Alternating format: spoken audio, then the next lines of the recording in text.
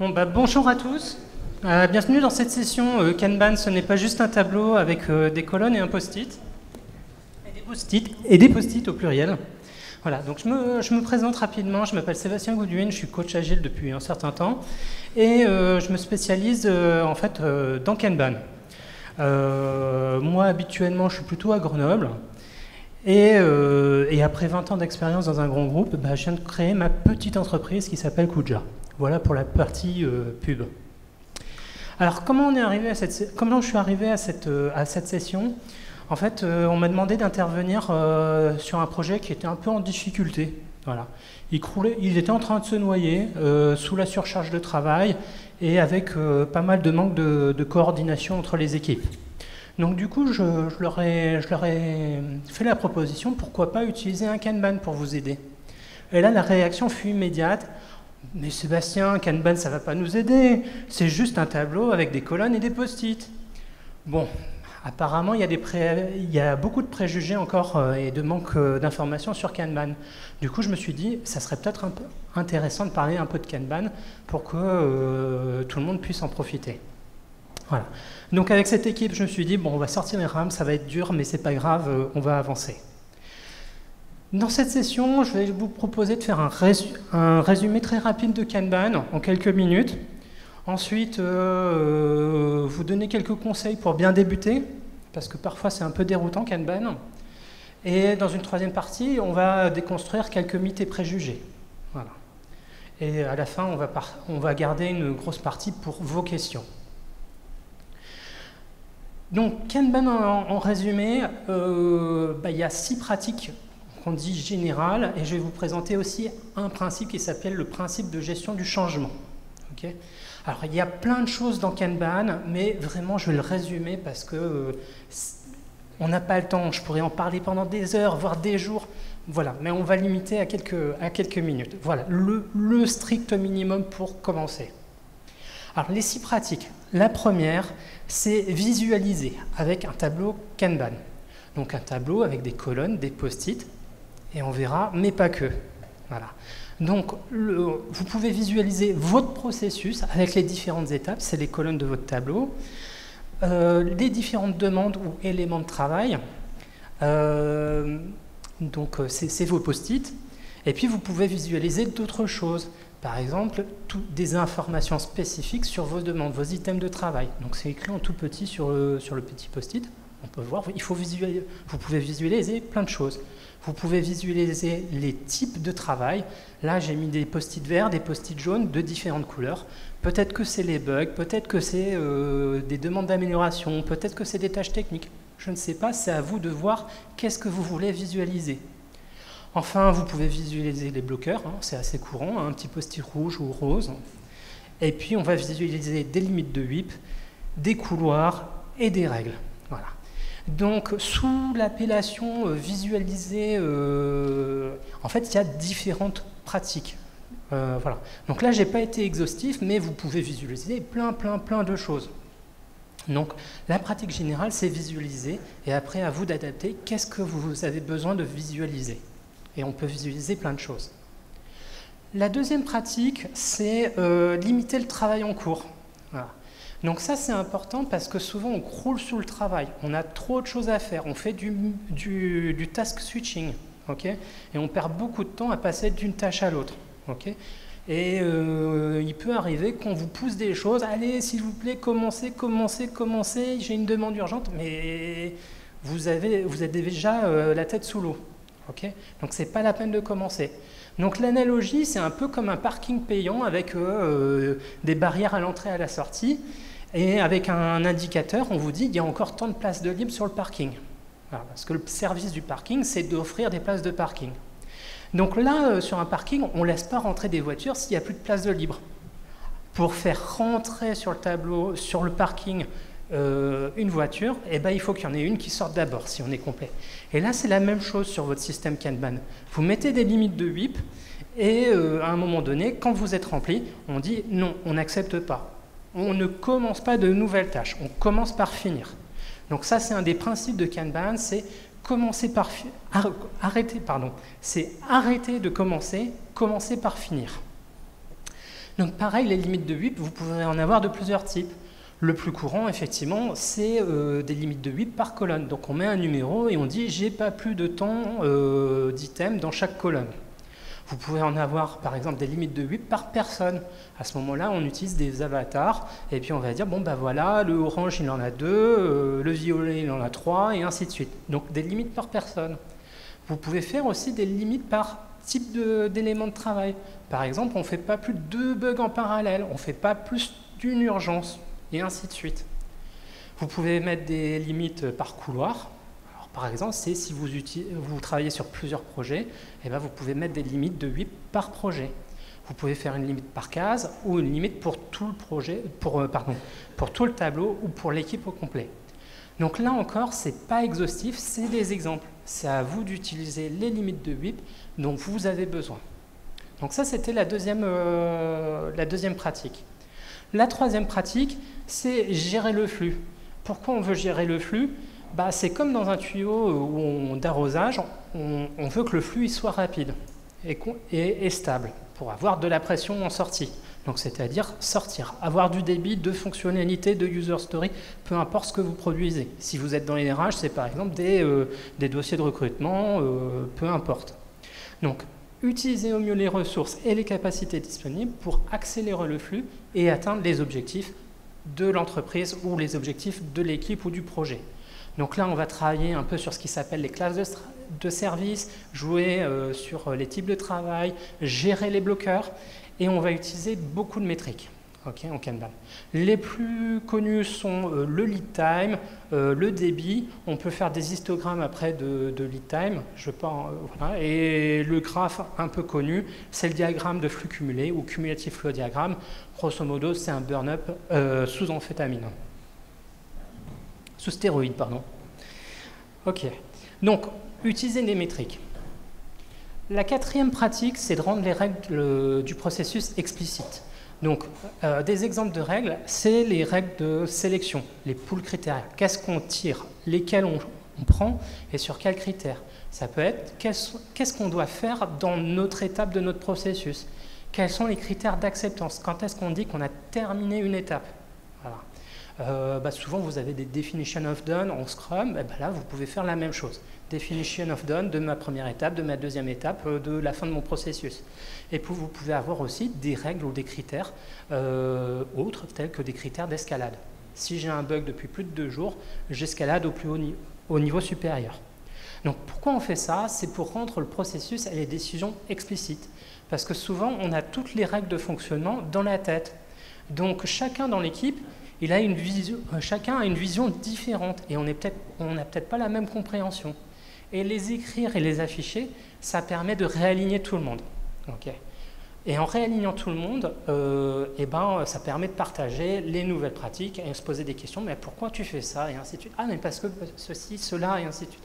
Ah oui, mais on n'a plus besoin de faire ça. On le faisait pour le vieux projet d'il y a 2 ans parce qu'il y avait un gros problème. Mais maintenant, on n'a plus ce problème-là. On l'a réglé, donc on n'a plus besoin de faire cette étape. Donc ça permet aussi d'améliorer les choses, comme on a posé les règles. Ça permet aussi d'éviter les erreurs et ainsi d'assurer une qualité consistante. Donc c'est intéressant d'un point de vue qualité. Voilà, et améliorer la fluidité. Ensuite, on a implémenté les boucles de feedback. En Scrum, on appelle ça les cérémonies. Okay. Donc il y en a un certain nombre.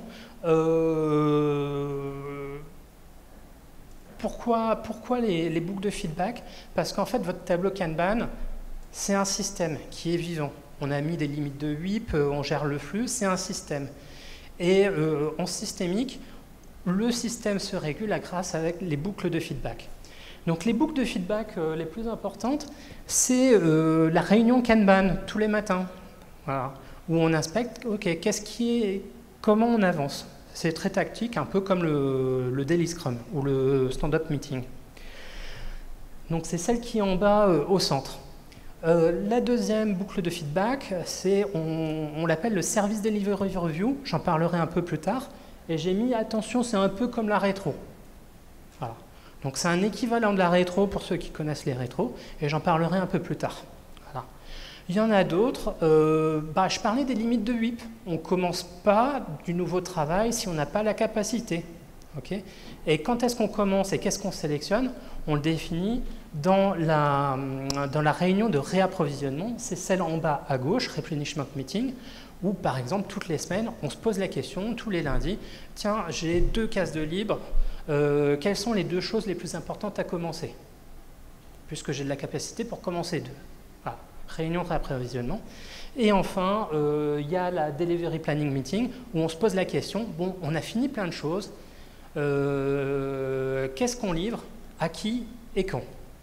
Voilà. Donc ça, c'est les plus importantes et c'est les basiques.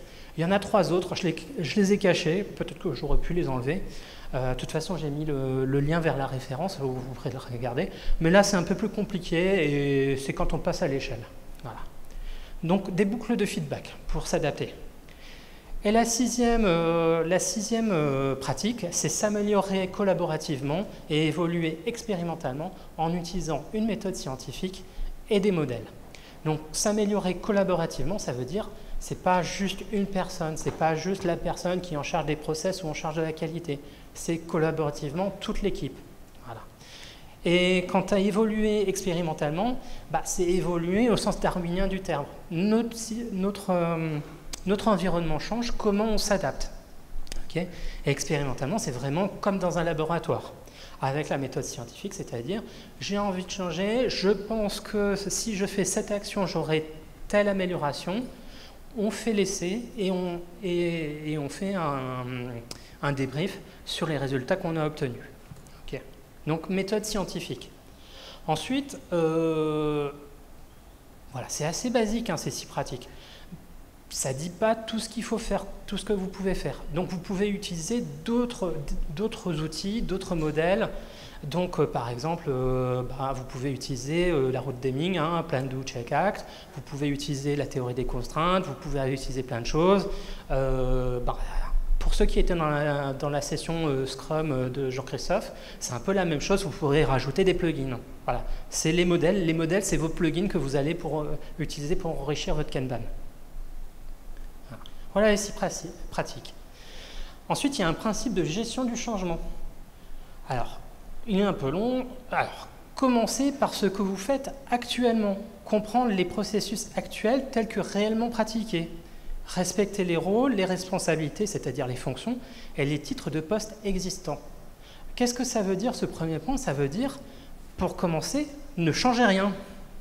Donc ça, c'est très intéressant parce que souvent, avec les transformations agiles, on casse tout, on dit voilà, il faut que vous changez vos processus, il faut que vous changez vos méthodes de travail, il faut que vous changez de rôle.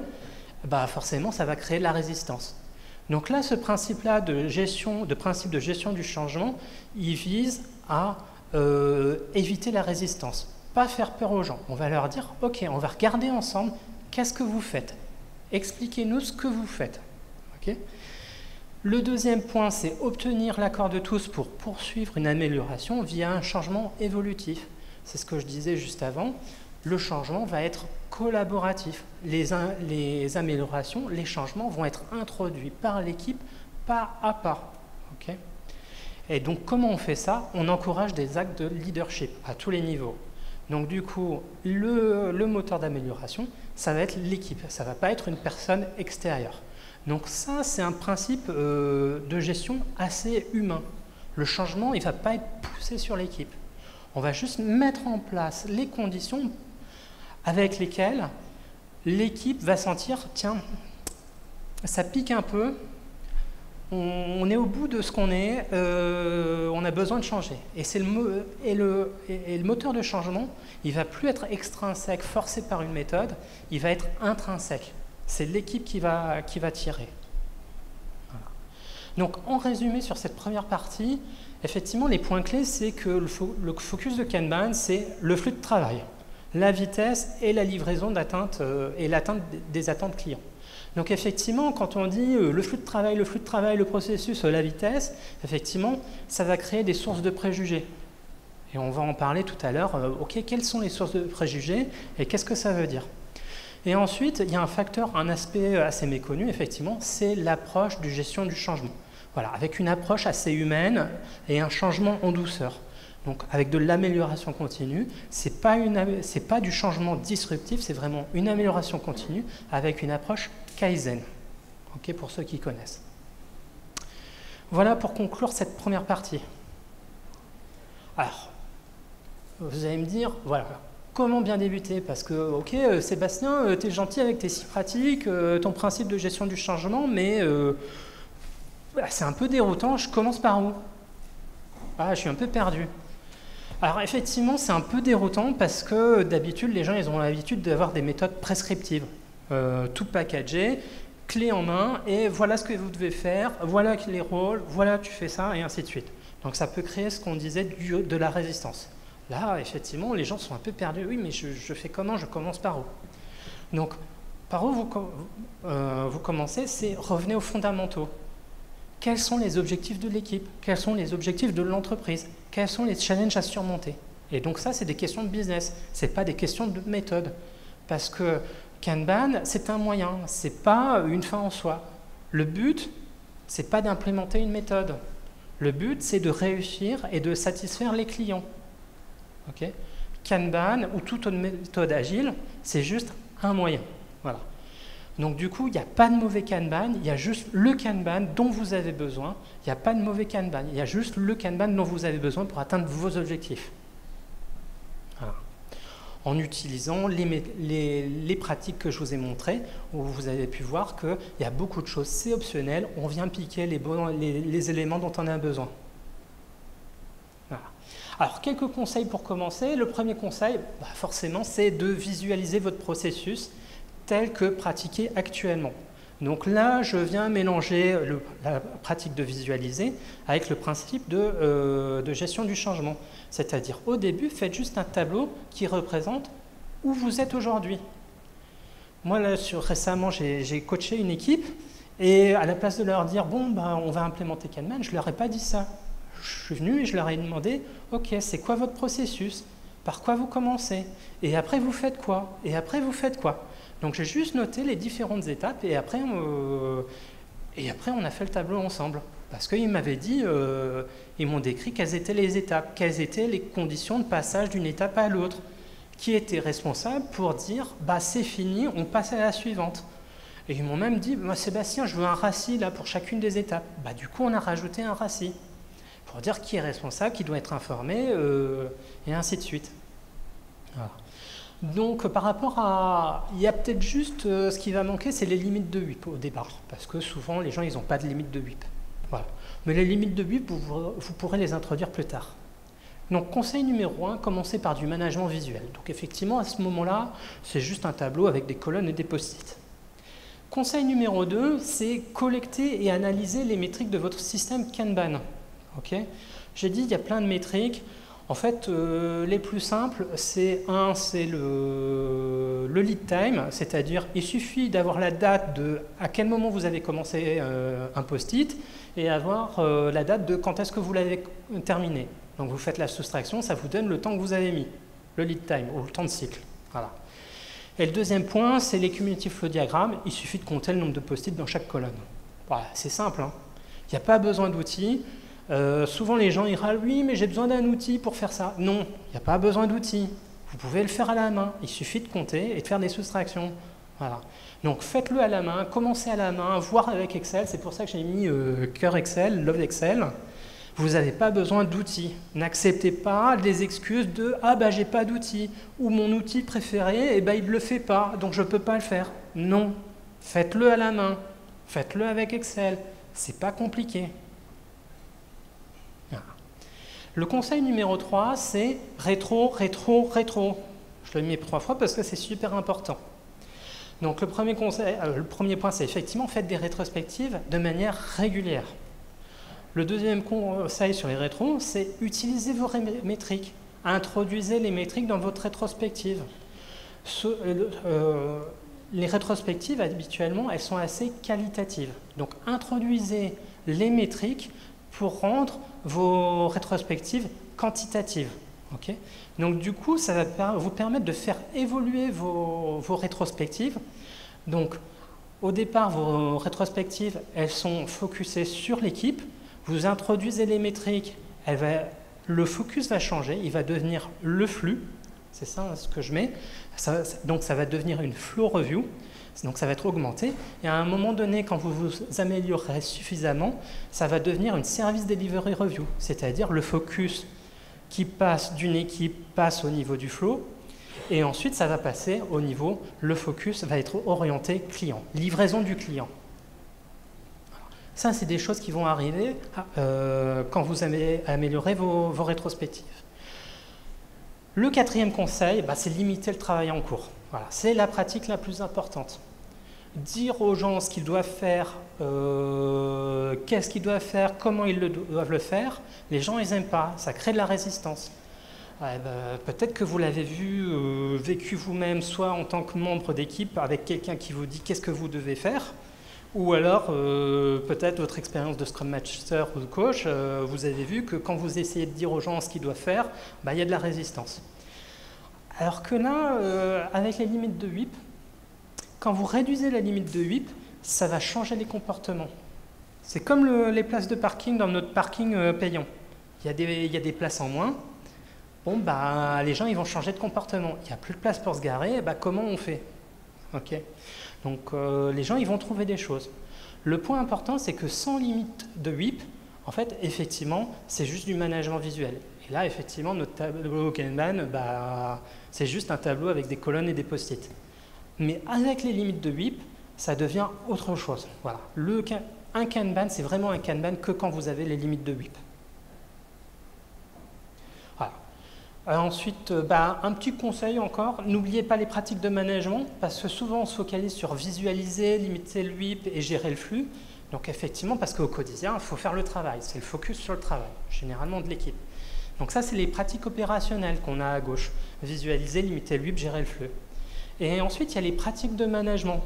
Et les pratiques de management, rendre leurs règles explicites, implémenter les boucles de feedback, s'améliorer collaborativement, évoluer expérimentalement. Là, le focus, il n'est pas sur le travail. Le focus, il est sur le système de travail. Okay. Et là, les managers, ils ont un rôle à jouer dedans, à faire en sorte que le système s'améliore. Donc, il y a des pratiques opérationnelles qui se focusent sur faire le travail, et il y a des pratiques de management qui sont focusées sur le système de travail, comment on travaille. Voilà. Donc, vu sous cette perspective, on peut se dire, oui, Kanban, c'est peut-être un mode ou une méthode de management aussi, un peu comme toute méthode agile. On travaille de manière différente. Voilà pour quelques conseils. Alors, voyons quelques mythes et préjugés. Alors, il n'y a pas d'engagement avec Kanban. Levez la main si vous êtes d'accord avec cette affirmation. Alors, je vois une main, alors, 2 mains, 3 mains, 4 mains, ok, d'accord. C'est la fin de la journée, c'est ça? Bon, d'accord. Alors, effectivement, c'est faux. Il n'y a pas d'engagement, en fait. Pardon, il y a un engagement, excusez-moi. Lapsus. Il y a un engagement, mais par contre, il est différent de ce que les gens ont l'habitude, surtout en Scrum. Alors, si on prend notre tableau Kanban, en fait, on a 2 points d'engagement. Le premier, c'est en entrée.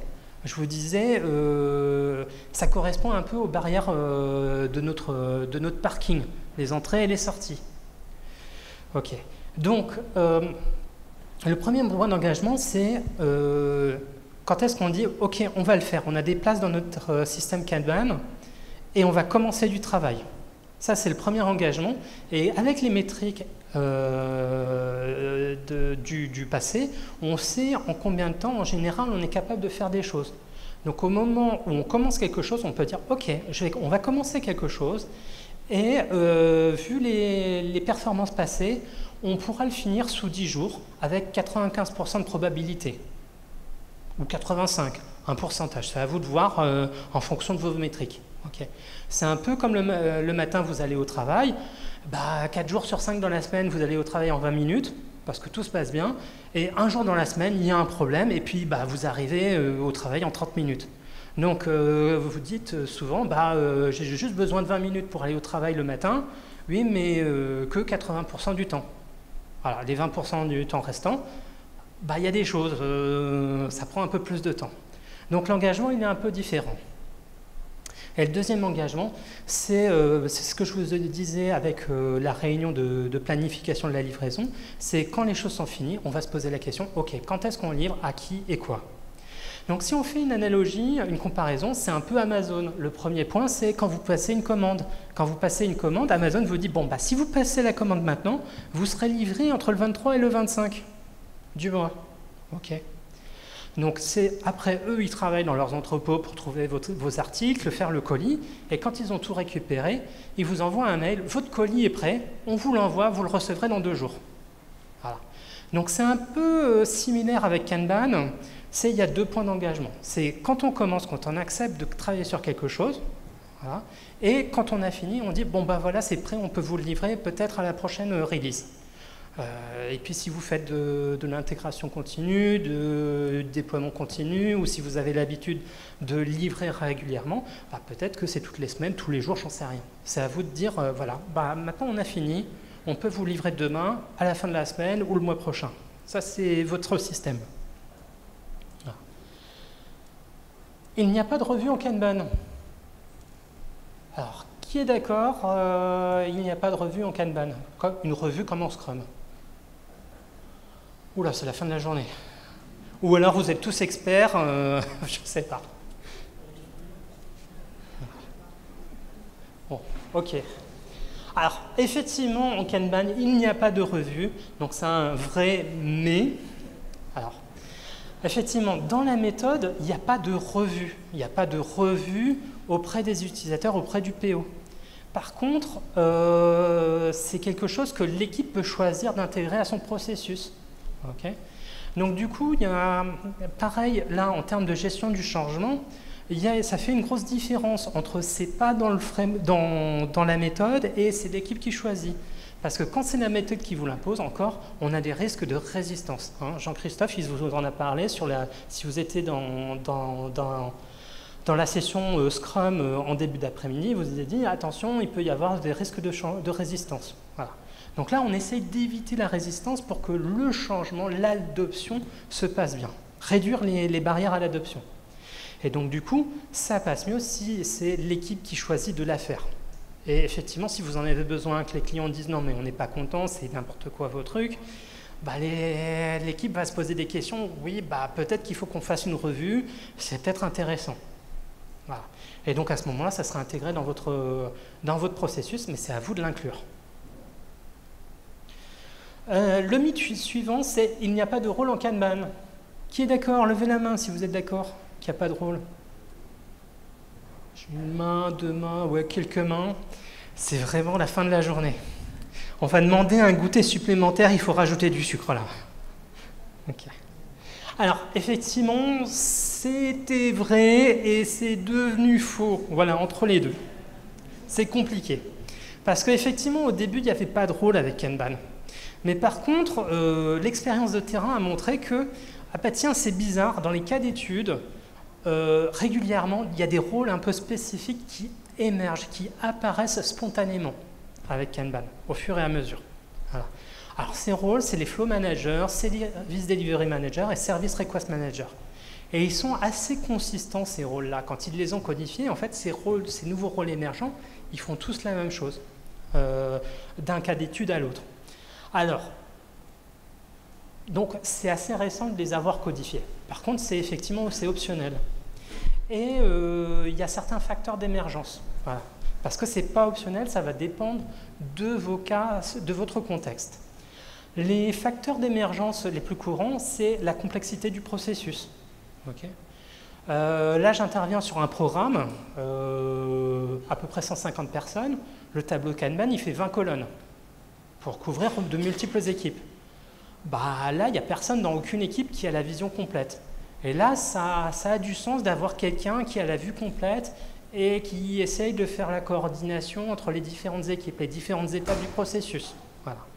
Donc ça dépend aussi de la taille et du nombre des équipes. Voilà. Ça dépend aussi de l'organisation, la structure de l'organisation. Moi, ce que je vois, c'est quand il y a une organisation matricielle, effectivement, les gens qui interviennent sur le projet, en fait, ils dépendent de managers fonctionnels, d'équipes fonctionnelles. Et si vous avez des project managers qui sont certifiés PMP, ils vous parlent d'organisation matricielle et ainsi de suite, et ils vous parlent des pièges des organisations matricielles. Okay, que, en fonction de comment c'est implémenté, eh ben, il faut s'adapter. Donc faire attention aux organisations matricielles qui peuvent nécessiter des rôles particuliers. Et enfin, ça dépend aussi de comment ils apparaissent, ça dépend aussi de la culture organisationnelle.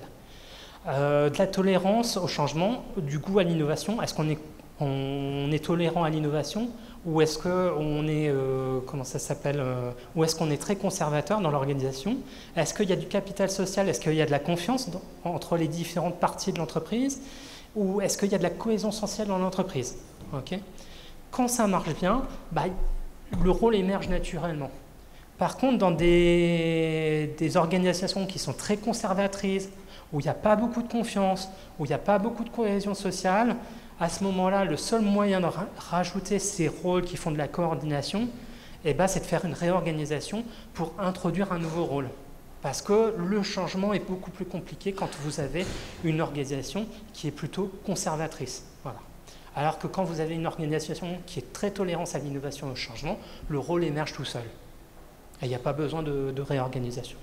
Pouf, ça apparaît. C'est magique. Un autre point, il n'y a pas d'humain avec Kanban, ce n'est que pour gérer les processus. Qui est d'accord? Levez la main. Ouais, bon, pas beaucoup de mains. Bon. Ok, bah, c'est faux. Alors effectivement, je vous ai parlé du processus de gestion du changement, effectivement, un processus de gestion qui est plutôt tourné vers l'humain. Alors, et effectivement, l'humain est adressé de façon indirecte. Je vous ai dit, il y a un gros focus sur le processus, les performances, la vitesse. Et en fait, l'humain, il est adressé de manière détournée. Okay, et parce que, effectivement, le processus, c'est qu'un moyen, c'est pas un but. Par contre, ce qu'on voit à chaque fois qu'on implémente Kanban, il y a des bénéfices observés, okay, qui apparaissent. Le premier bénéfice observé, en fait, c'est souvent les équipes, elles ont la tête sous l'eau. Et rien que de mettre un Kanban et des limites de WIP, c'est-à-dire balancer la demande et la capacité, à la capacité réelle de l'équipe, ça permet aux équipes de sortir la tête de l'eau. Moi, j'ai bossé avec une équipe, ils en avaient marre de bosser le soir, le week-end. Ils ont dit, on en a marre. Est-ce que tu peux nous aider? Je leur ai dit, oui. Ils ont mis du Kanban, très simple, voilà. Et très rapidement, ils ont arrêté de bosser le soir et le week-end. Alors, ça, c'est le premier objectif. Parce que vous ne pouvez pas satisfaire les clients de manière soutenable si les équipes sont éreintées. Donc, le premier bénéfice sur le côté facteur humain, c'est celui-là, c'est celui sur les équipes. Okay, supprimer les surcharges et permettre aux équipes de mieux s'auto-organiser, puisqu'on enlève des coûts, on enlève du micromanagement.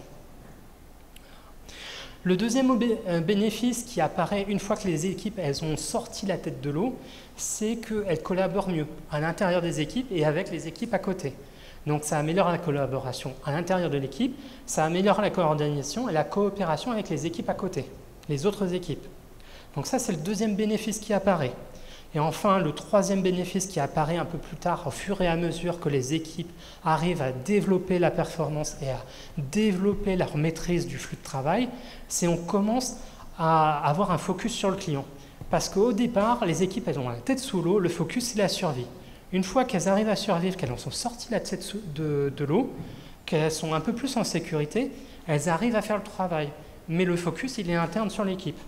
Okay, et au fur et à mesure où ils vont s'améliorer, ils vont pouvoir se poser des questions. Ah, mais pourquoi on fait les choses maintenant qu'on n'est plus en mode survie? Et à ce moment-là, le focus vers le client apparaît, alors qu'avant, il n'est pas possible. Et le quatrième, après, c'est au fur et à mesure qu'on continue à améliorer la performance, on développe la satisfaction du client. Parce qu'au départ, on stabilise le processus, il est stable, mais par contre, on n'a peut-être pas la performance attendue. Donc, on stabilise le processus, on se pose des questions pourquoi on fait les choses. Effectivement, on va mettre des priorités. Le client, il n'aura peut-être pas tout, ça sera peut-être un peu en retard. Et donc là, on continue à focaliser sur le processus et petit à petit, en l'améliorant, la satisfaction va arriver parce qu'on va commencer à être suffisamment rapide on va commencer à livrer suffisamment en qualité. Donc les facteurs humains, en fait, ils vont apparaître, ils vont émerger. Focalisez-vous sur le processus et de manière indirecte, ça va adresser les facteurs humains. Voilà. Donc c'est un point un peu qui n'est pas très connu. Alors, Scrum ou Kanban, il faut choisir.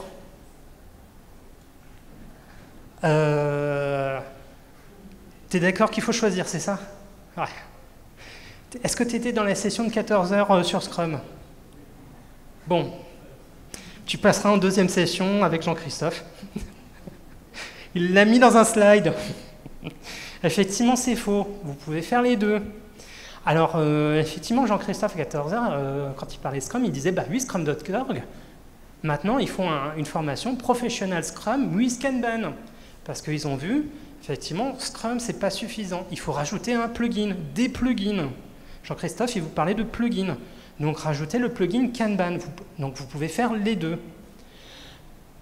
Avec Safe, les gens qui connaissent Safe, bah, quand vous regardez un peu en détail Safe, bah, Safe, il vous dit, il y a un team Kanban, il y a un programme Kanban, il y a un solution Kanban, il y a un portfolio Kanban.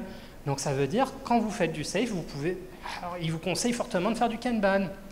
Et Kanban, qu'est-ce qu'on fait avec Kanban? Kanban University fait du Scrum Better with Kanban. Donc c'est assez étonnant.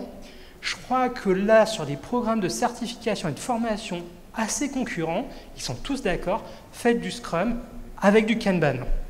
Donc là, il n'y a pas de doute, c'est Scrum ou Kanban, faites les deux. Voilà. Donc Kanban est parfaitement compatible avec d'autres méthodes. Moi, par exemple, sur mon gros programme avec mon Kanban avec 20 colonnes, comme je vous disais, en fait, on a des équipes de développement au centre qui sont en mode Scrum.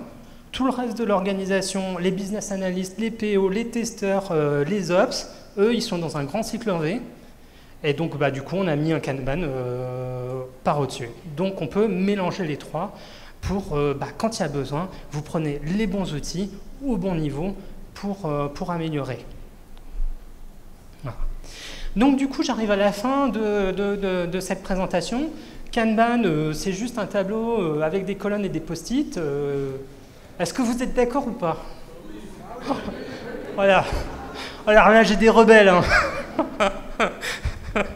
Donc effectivement, c'est faux. Effectivement, j'espère qu'avec la présentation, là, en 35 un peu minutes, là, quelques 35 minutes, effectivement, j'ai réussi à vous faire passer le message que Kanban, c'est pas juste un tableau avec des colonnes et des post-it, c'est beaucoup plus. Voilà.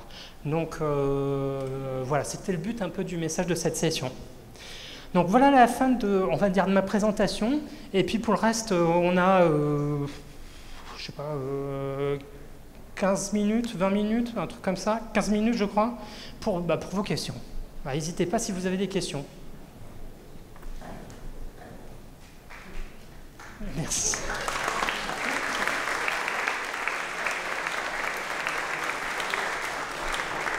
Merci. J'ai vu une main là pour une question, oui.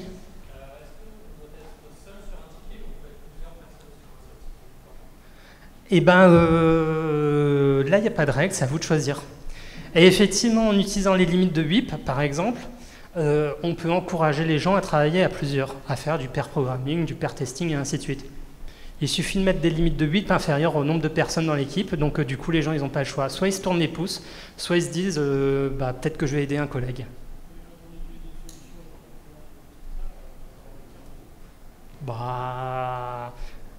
Vous avez un problème avec l'outil. L'outil a un problème. Voilà. Donc là, effectivement, c'est à vous de voir. Voilà, le problème, c'est l'outil. Hein. C'est un problème d'outil. À un moment donné, effectivement, il y a certains outils, ils sont plus adaptés. Voilà. Donc, il faut trouver des choses. Peut-être que vous avez un champ libre pour indiquer, voilà, le premier, il est assigné à machin, avec l'aide de telle ou telle personne. Oui, il y a une deuxième question. Il y a des difficultés d'avoir des tickets qui ont le même deadline pour pouvoir avoir la même idée du délai.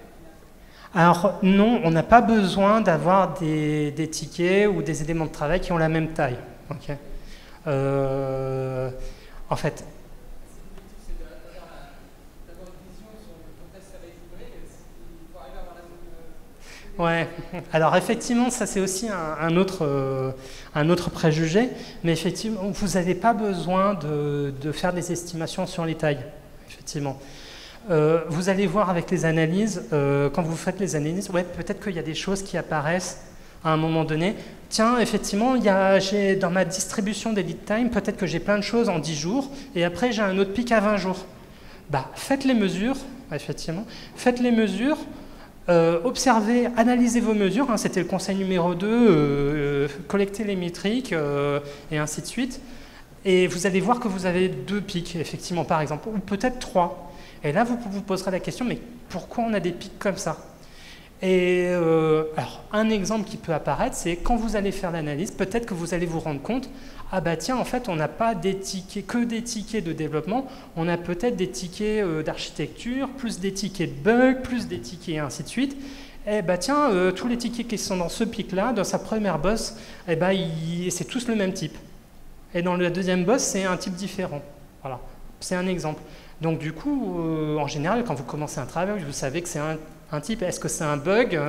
Est-ce que c'est un développement standard? Est-ce que c'est quelque chose de refactoring long terme?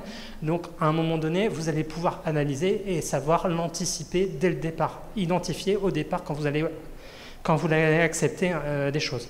Donc par exemple, vous allez avoir un bug. Par exemple, les bugs critiques, va peut-être faire un pic à 2 ou 3 jours. Ça va être rapide. Et des développements standards, ça va être un pic à 10 jours. Est-ce que l'objectif c'est d'avoir un lead time toujours le même Non, non, non. C'est pas d'avoir le lead time parfait pour tout le monde. C'est plutôt de mieux comprendre quels sont les différents types de travail. Et après, vous pouvez analyser votre objectif et en sachant analyser, tiens, c'est un bug, tiens, c'est un truc standard, et ben, je sais, mon engagement, je vais donner un engagement différent. Ah, tiens, il y a un bug, bah, on va vous le livrer dans 3 jours avec une probabilité de 85%. Ah, tiens, c'est un développement standard, on va vous livrer en 10 jours avec 85%. Et là, vous allez pouvoir vous faire de l'engagement. Est-ce qu'il y a d'autres questions ?